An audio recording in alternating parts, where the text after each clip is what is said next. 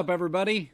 We are back in our virtual environments. It's the How to Sell Insurance podcast. My name is Ryan Federico, here as always with Keith Fonseca, Mr. DJ Debt Free, and Ashton Delango Lunday. Pay no attention to the construction debris around him. He is outfitting his brand new office space, so pretend like he's got a legit background behind him. That'll be fine.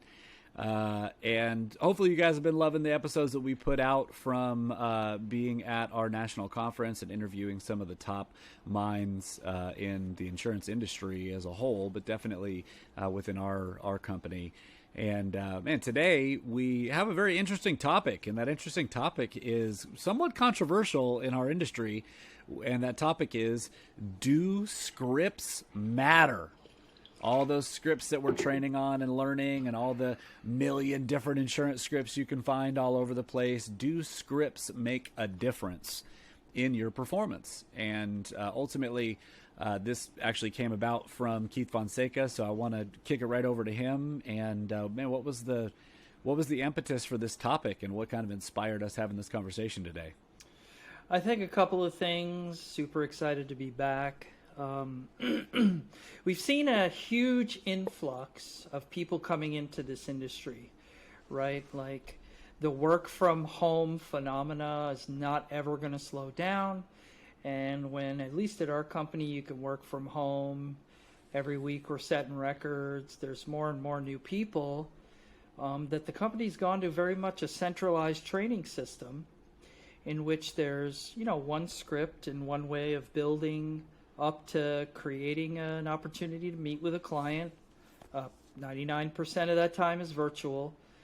But a lot of those folks are also at the same time learning a training system that is suggesting more deeper connectivity with people, being of service, being humble, and giving people the opportunity to buy. So I thought there was a little bit of a conflating, convoluted a spot here for new people who are sort of looking at a script and trying to learn that script and become good at being able to connect with a client to deliver them a great life insurance experience, and missing that part of that script underlying, at least for all three of us I know for sure, is posture, tonality, humility of spirit, the desire to help them and be good leaders.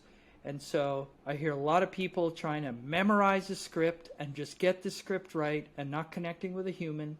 And then I hear a lot of people just trying to connect with a human and have no idea what the heck they're talking about. And so they lose that person.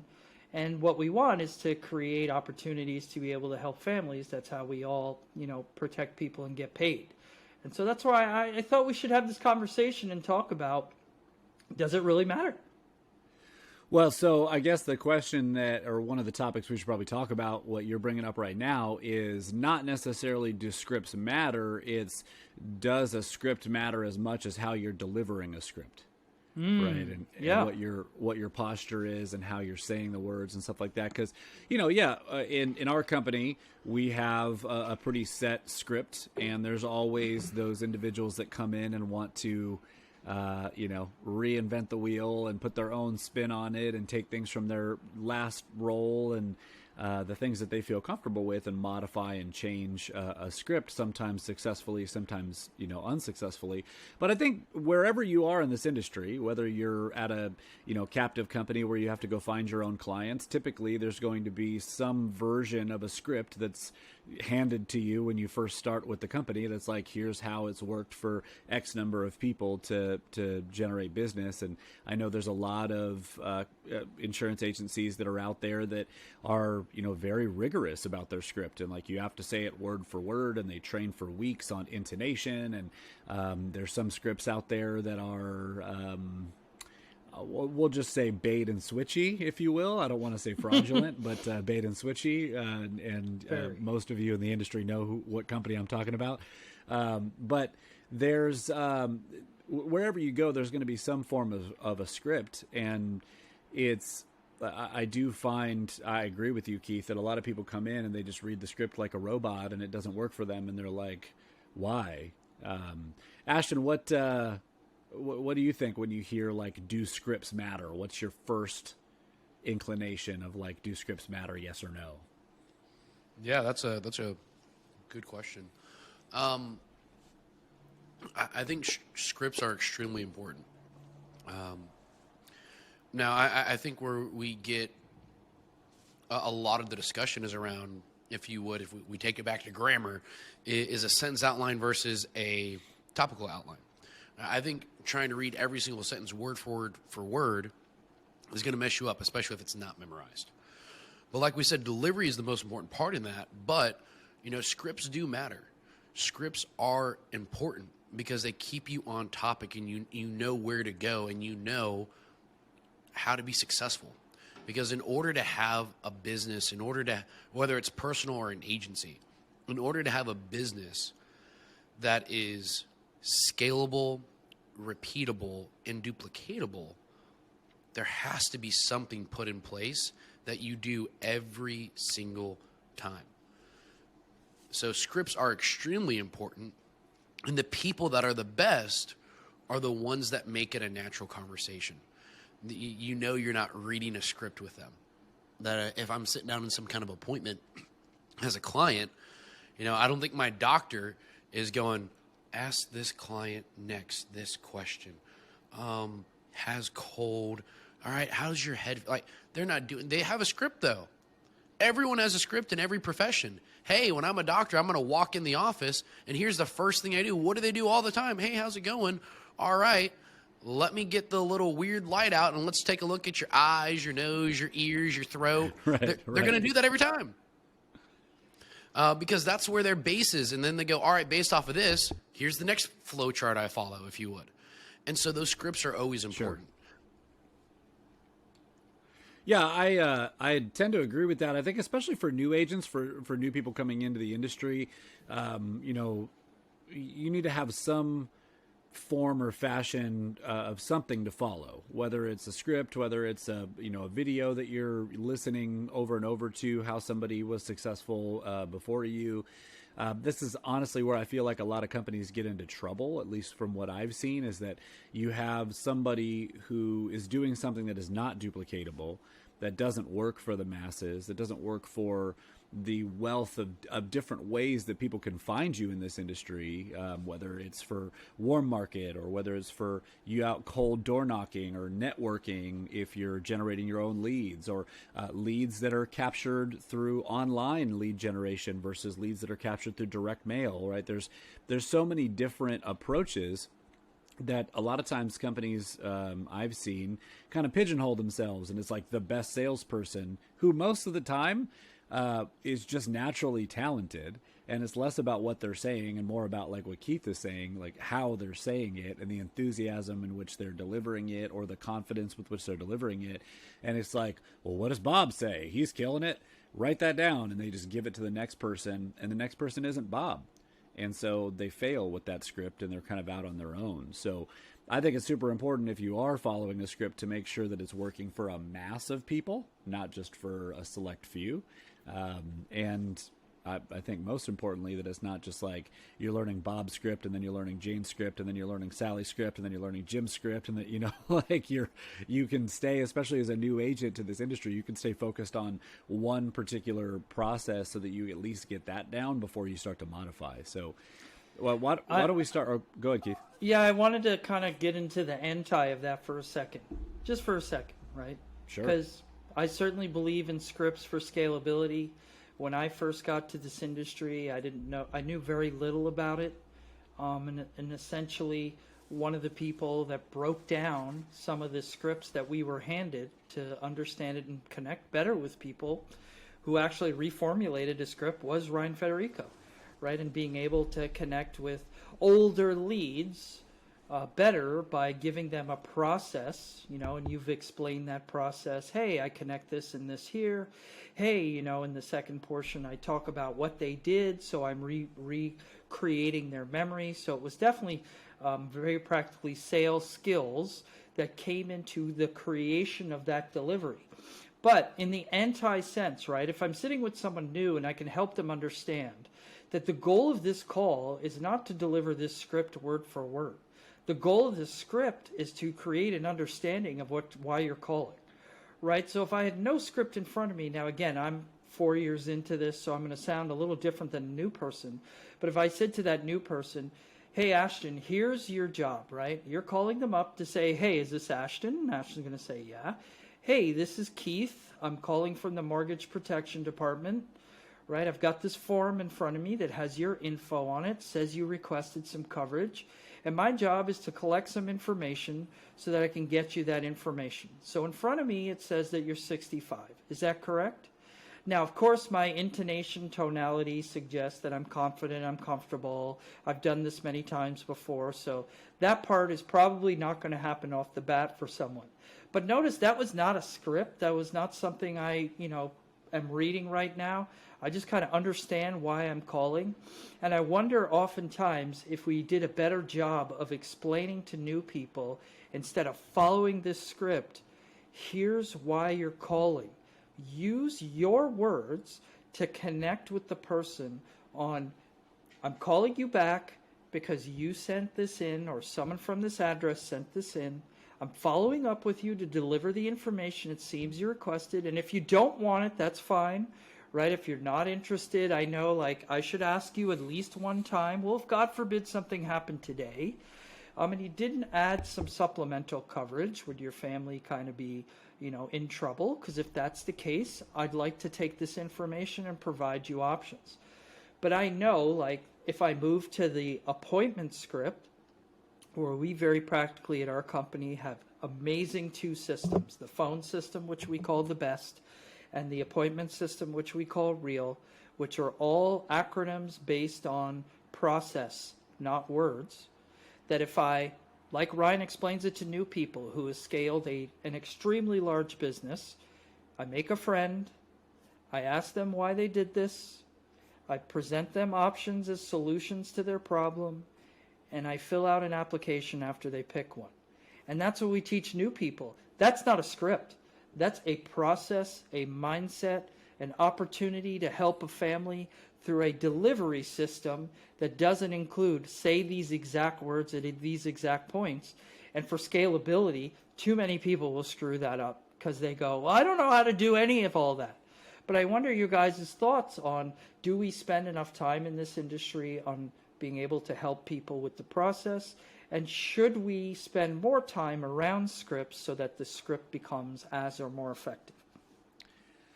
My thoughts, and we'll go to Ashton.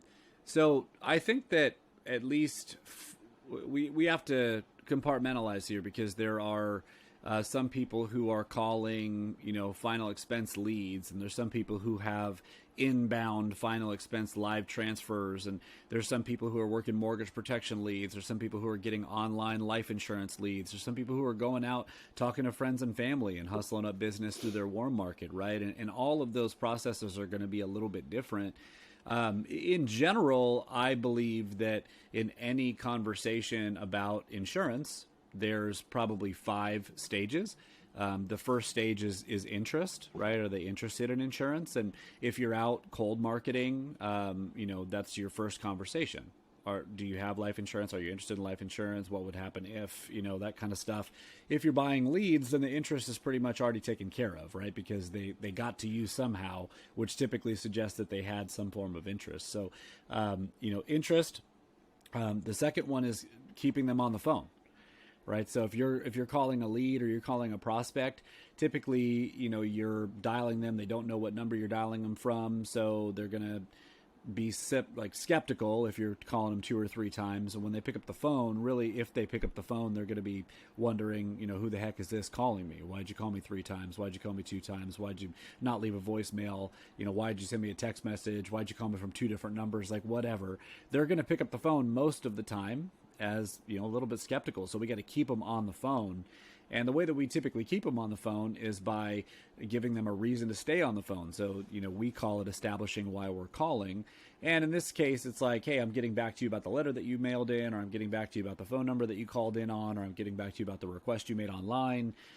Or, hey, I'm getting back to you about the text message that you sent me when you said you were looking for insurance, if it's a warm market, or, hey, I'm just getting back to you about the you got transferred to me from a call center, or something like that. So keeping them on the phone, giving them a reason, identifying yourself, and you have about 10 seconds to do that before they're just going to hang up because they're in fight or flight mode, right? So we got to keep them on the phone. That's really the next step. The step after that is we got to gather their medical information to see what they qualify for. Unless you're selling a guaranteed issue product and that's all you're selling and you don't really need any of their medical information, or you're just winging it because your upline says to wing it, which happens a lot. We got to get some of their medical information to see what they qualify for. For most new agents, you're not going to know how to underwrite immediately and know what they qualify for right when they're telling you. So typically we want to book an appointment. That's the fourth step. And then the fifth step is making sure they show up for the appointment, right? So giving them a reason to show up. And that's typically how most of our phone calls go, right? Piquing their interest. And if they filled out a lead, they already did that. Establishing why you're calling to keep them on the phone. Confirming their medical information so you know what they qualify for. Setting an appointment with them to go over those options, whether it's later today or tomorrow or a couple days away, whenever you're scheduling. And then giving them a reason to show up for that appointment. We have a whole nother podcast on how to get your appointments to show up and your show ratio. That's all about number 5, giving them a reason to actually show up for your appointment. And so, I agree that a lot of times we have these scripts and we don't train on those. Here's the things that you need to accomplish, like a set of principles. That here's what you need to do in a phone call in order to meet with somebody. And we just go read the script and people don't really realize, oh, this is the part when I need to keep them on the phone. Or, oh, this is the part when I need to see what they qualify for by asking the health questions. Oh, this is the part when I need to deliver this in this way so that they show up for the appointment. Right. And I've never seen a wide scale training system for a new agent that's based upon the principles of how a phone call works versus just read this script and do it enough. I want to throw this out there before we go to Ashton. I was a person for a really long time that believed that it didn't matter what script you were using. That if you called enough times and you just got in front of enough people, you could be reading any script and people will buy insurance. And there's a certain extent that I feel that way still today, that if you make enough dials, it doesn't matter what script you're using, you're going to talk to enough people who want to buy insurance just by doing the numbers. But that's kind of a waste of time when if you learned the actual principles behind making a phone call and selling, you'd probably set more appointments in a lot less phone calls. And I think that's a little bit more important. But Ashton, what do you think? Yeah, like you said, you truly, it doesn't really matter the script. You can book appointments. Now, you might not book as many as someone using a good script. You might not book as many as someone that has great tonality, but you're still going to book some. At the end of the day, activity will always be king, no matter what. I guarantee you a person who has 10 appointments that show has a higher opportunity to do more business than someone with 1 appointment that shows. It's just the law of numbers in general. Not saying, hey, we got to go run 85 appointments to make the kind of income we need and just keep running through appointments till you find it. But at the end of the day, if you're going, man, I can't believe I'm not making the income I want. And we're like, all right, well, how many people are you sitting with a week? And you're like, I'm sitting with 3. It's not a script issue. It's not I don't have the right system issue. It's you're probably not putting in the activity. Now, it could be system, but odds are it's probably just activity. But like we've been saying, what do we do with that new agent? Do we throw them a bunch of 85 different scripts, or once you're oh, am I going to just memorize it, get it going, or just hop on the phones? Well, what do you do as a new agent? And I think there's a few parts of that responsibility. As in upline / IMO, you come in as a 1099. You're your own business owner. However, it depends on the resources your company offers. If you're part of a company that the only thing is YouTube, and YouTube is great, people are multimillionaires because of the things they've learned on YouTube. It takes a lot of grit.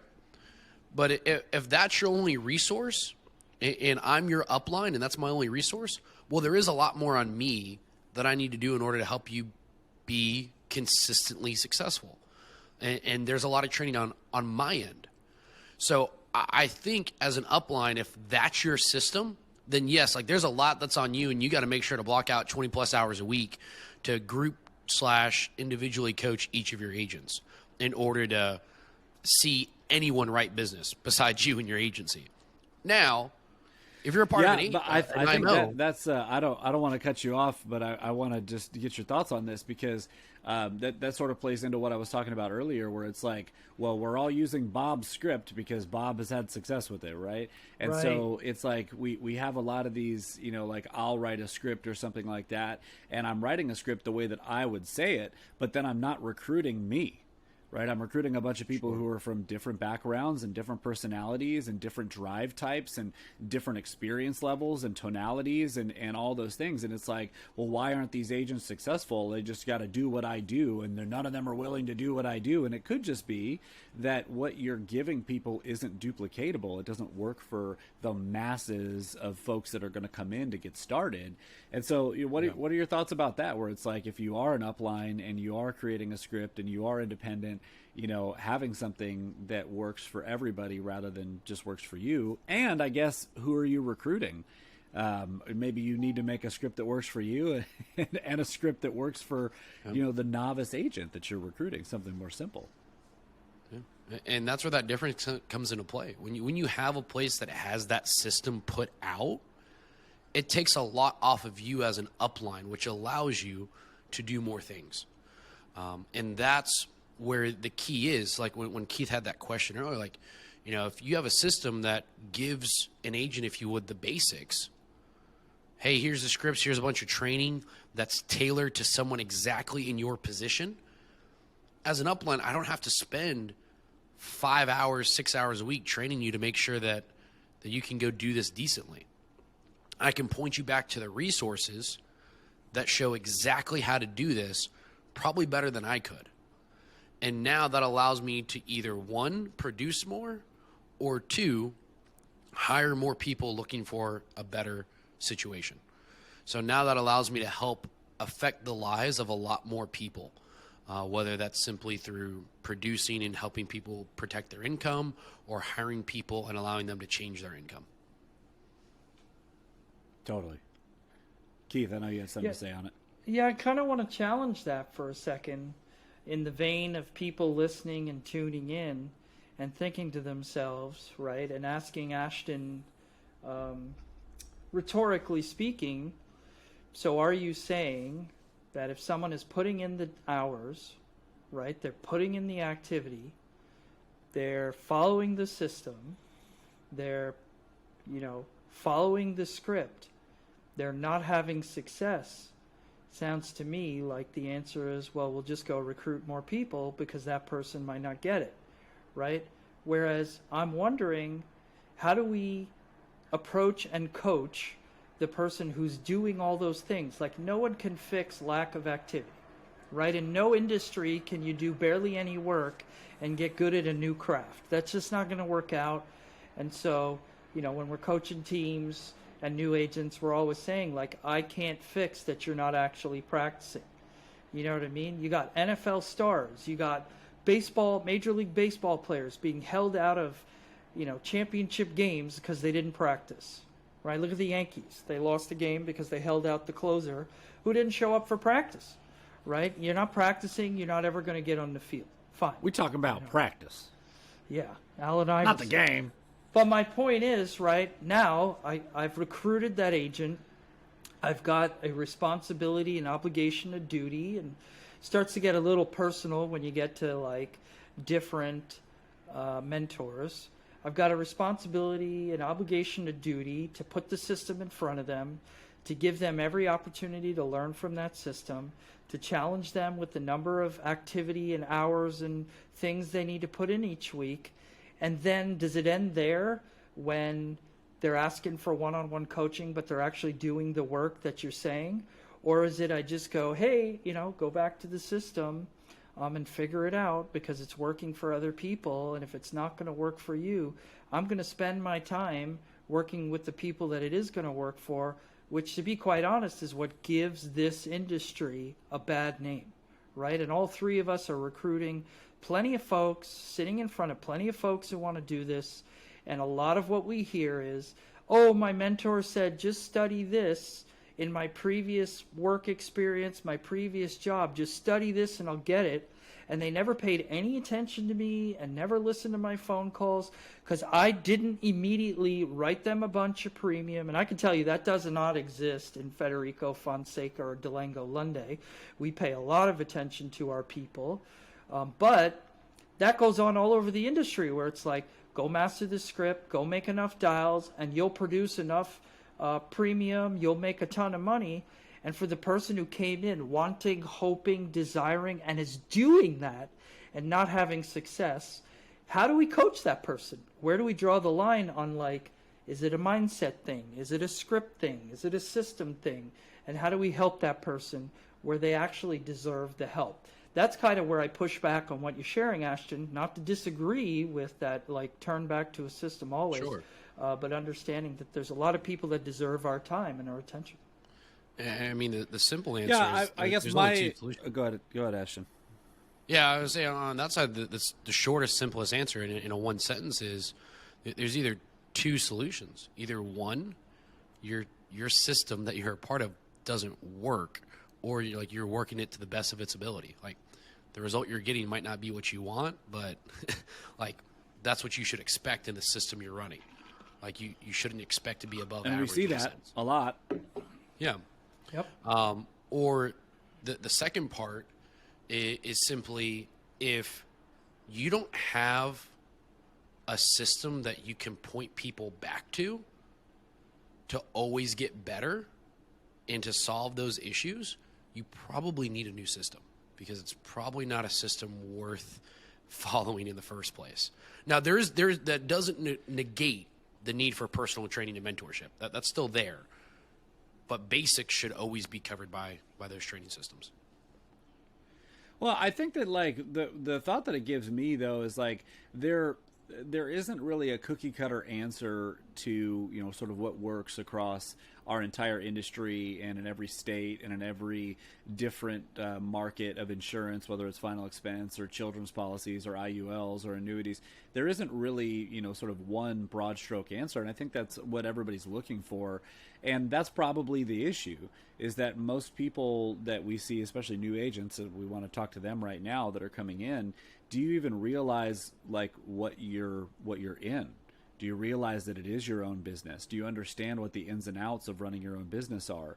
Because we sort of, as an industry, and I know certainly in our company, we kind of talk out of both sides of our mouth a little bit. And I'll be honest, you know, on one side we're like, hey, you know, you're independent. You got to have the drive to figure this out. And on the other side, we're like, do everything we say. You know what I mean? And it's like, well, which one is it? You know, and so there is coming into an industry like this, if we are able to prepare a new agent to go like, hey, it's both, right? Like we have had success doing this, and not only is it important the script that you're using, but it's also probably important who you're learning the script from, so that if you're not having the success that they had, they can coach you and direct you and give you some honest feedback on maybe what they're hearing that's not working. Do they have the ability to do that? Do you even know you need that? So I think that for the new agents that are coming in that are, I guess, just looking at this title going, do scripts matter? The script matters, I think, but what matters more is the vehicle that you're in, that script has had success for a multitude of people, not just for one person, and that you have, you know, preferably a lot of people, but at least one person who's had success with that script who's directly working with you, that can give you the ins and outs as you encounter all the hurdles that you're going to encounter in sales in general, but especially in our selling environment. So I think that's sort of my take on it is, you know, there's more elements than just the script that matter. Certainly tonality, certainly activity, right? You call 5 people, you can have the best script in the world, but you're probably not going to make a living doing insurance. And, you know, the system that you have around you, the wealth of resources of people that can guide you as to how they've had success with the same script, all those elements are important. And if you don't have any of those, because you're just solo and independent, and you're just like, I'm going to start my insurance career, and you've got direct appointments with carriers or whatever, at least having the understanding that you are in the desert. Like you are by yourself in the middle of the desert and you're figuring out how to survive, right? Like there isn't a path for you to follow because you're independent. And, this script might have worked for Bob, but it's not going to work for you. And that script might have worked for Sally, but it's not going to work for you. And this script worked for Sally when she called final expense, but you're calling life insurance. And this script worked for Bob when he was calling life insurance direct mail, but you're calling life insurance online enrollment, right? And so it's like understanding where you're at and like what part of the industry you're coming into and what resources you have surrounding you to make it and the path that the majority of people are following to get there, I think is probably the most important part, in my opinion, rather than, just learn the script and go forth and conquer. You know what I mean? Yep.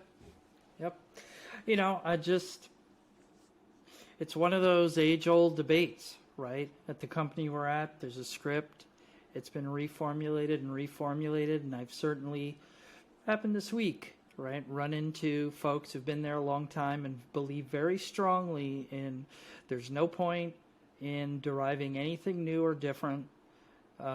It's already there, that the thing we want to certainly emphasize is grow, be active, and follow the system.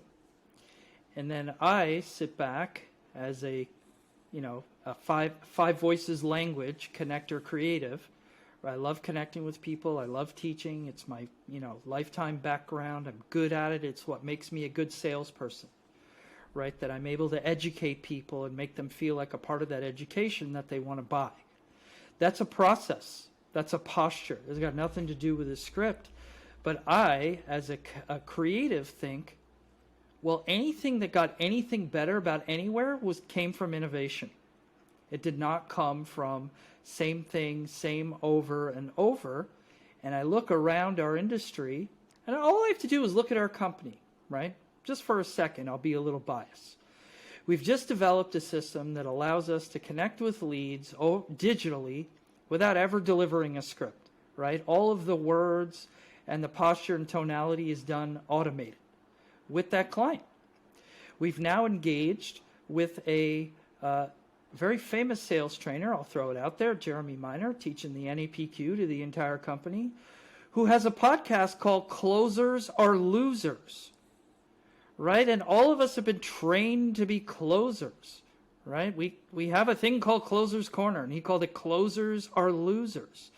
Like, not only is the profile of clients changing, the profile of agents are changing. And if we don't react to that in a methodology of, since the profile of agents are changing, we as trainers need to innovate to change with that. Instead of just saying, hey, go back and do the same things we've always been doing because it's always worked, then I'll throw a shout out. We wouldn't have a guy like Gino Locklear, who is an agency owner in his 20s, who innovated this company twice, as far as I can tell, because he created a script that locked people down to show up for virtual appointments when the pandemic started. Everybody was all the rage for Gino Locklear and how he was booking appointments and people were showing up. That was not part of our company's script models before it came up. Then Gino Locklear just created another script that he put together to get people off of the digital leads to show up. And he was featured on a call for the entire company to go over that on a Facebook Live promo on how to create better appointments through Switchboard. And all of us are like, yeah, this is amazing. Well, that was innovation. That was innovation by a person who took what was already in place and put some time, energy, and effort into creating something that was deliverable across the masses that did not exist before he created it. And I'm just thinking, if we as an industry don't react to the fact that more and more people are coming into this with less of a mindset of, it's my own business, I know how to follow my own business, I'll take over, I'll do the research, but we want those people to have success because their success, right, in life insurance becomes our success, whether that's intrinsically or extrinsically, right, whether it affects my wallet or not. I want them to have success, that if I don't react to that change in the agent by being innovative and thought-provoking on how to help them grow, I'm going to become a dinosaur. Or it's just going to take me a really long time to get to where I want to. And that's what a creative type of person thinks, right? In the 5-speak language, I'm not a guardian who's guarding the system and doing it the same way. That has success and proof. But, that's what makes me a rebel, I guess. A loner, like Pee Wee Herman said. Look, we're pretty far off the beaten path right now. We're talking philosophically, and we could probably go on philosophically, but to actually give people a tangible something that they can do, which is what our goal is with this podcast. I think that this is why we make as much money as we make in this industry. Like why the opportunity is so great in this industry. And if you're recruiting, it's are you bringing in people and giving them a clear understanding of like where they're at and what they're getting into, that they are business owners and that there are many things that can affect their business. Keith, you talked about, just to summarize, market change. Okay. Our market is changing. Our clients typically, sorry for all you folks who are listening to this that are out door knocking and, going to see people in person, but our clients don't want to see people in person. There's a small percentage, maybe like 2% of people that still want to see folks in person and still want, I only do business face to face, it's very, very small. It's a dwindling percentage. And if you're at a company that's basing 100% of their sales and their sales process around a 2% of the market, probably not a smart place to be in the long term. So the market does change, and the way that people respond to things changes. And as we're learning from Jeremy Miner, there's a lot of ways that we can create sales resistance by using old, outdated language that is, commonplace for all those people who've listened to all the sales gurus for so long, and they built their scripts based upon all the sales gurus, So I think that it's a little difficult for us to pinpoint every single place. Rather, we can just focus on the actual, reality, which is what you're coming into is a business, and that business is controlled by market changes. That business is controlled by product changes. That business is controlled by communication changes, where people don't want to talk on the phone anymore. They want to text or chat. And you need to be able to have some process to follow when the market changes, right? And anticipate market changing and be with a company that's anticipating markets changing. We are fortunate to be at one that is, light years ahead of where most companies are at. So I think that's more of, if you're a new agent, do you know the industry that you're in?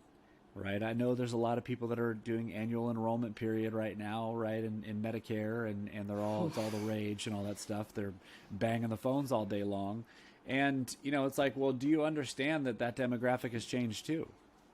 Right. Like, I do a bunch of Medicare. Cool. Like every year that demographic changes, and the way that you approach that demographic changes, and the things that the regulations of the industry change, and the companies that are the providers change, and the marketplaces change. And like, it's a constant learning and evolution process. But that's why I think like teaching the principles of what we need to complete a successful phone call, teaching the principles of what encompasses a healthy insurance business, teaching the principles of what to do when the market changes or when you're feeling the market changes, how to track your business to know that you're going down or up. All of those principles are so important. That's why, we actually run a business, not a hobby here, and businesses track their progress. So, Ashton, you got any final thoughts on this? Yeah, I mean, I think that the general is really just make sure that you have a script, so you don't just start talking about bunny rabbits and rainbows. That's why scripts exist, to help kind of keep you on topic when you're running your appointments. Find a script and in making it your own, not changing it, going crazy, taking away all these different things, but making it your own in the way that you don't sound like you're reading a piece of paper, that you actually are having a conversation with someone. That's how you make it your own. Does this sound natural, or does someone think I'm reading something? If I play this back, does it sound weird? If it sounds weird to you, it probably is. So find that script and make it your own. Yeah, use your own voice. You know, you can say the same script and the same cadence and accomplish the exact same things using your own voice, and how you would say 100%. that same thing, right? Rather than being like a robot. Keith, since it's your topic, close us out, man. What's your final word on it? Just two things. One, find a way to connect with people that they want to connect with. That's the most important thing, right? Because we're here to serve others, whether it's clients or agents. Find a way that connects with them, whatever that script is. And two, how grateful I am to be a part of such an amazing podcast and an industry in which we, get to go out and affect people so deeply on a daily basis and talk about these topics, and bring in awareness. And man, would I love to help more agents, as many as I can. Totally. Awesome. Well, as always, you can go to writemoreapps.com, like and subscribe to this video. You can find us everywhere that podcasts can be heard. We're now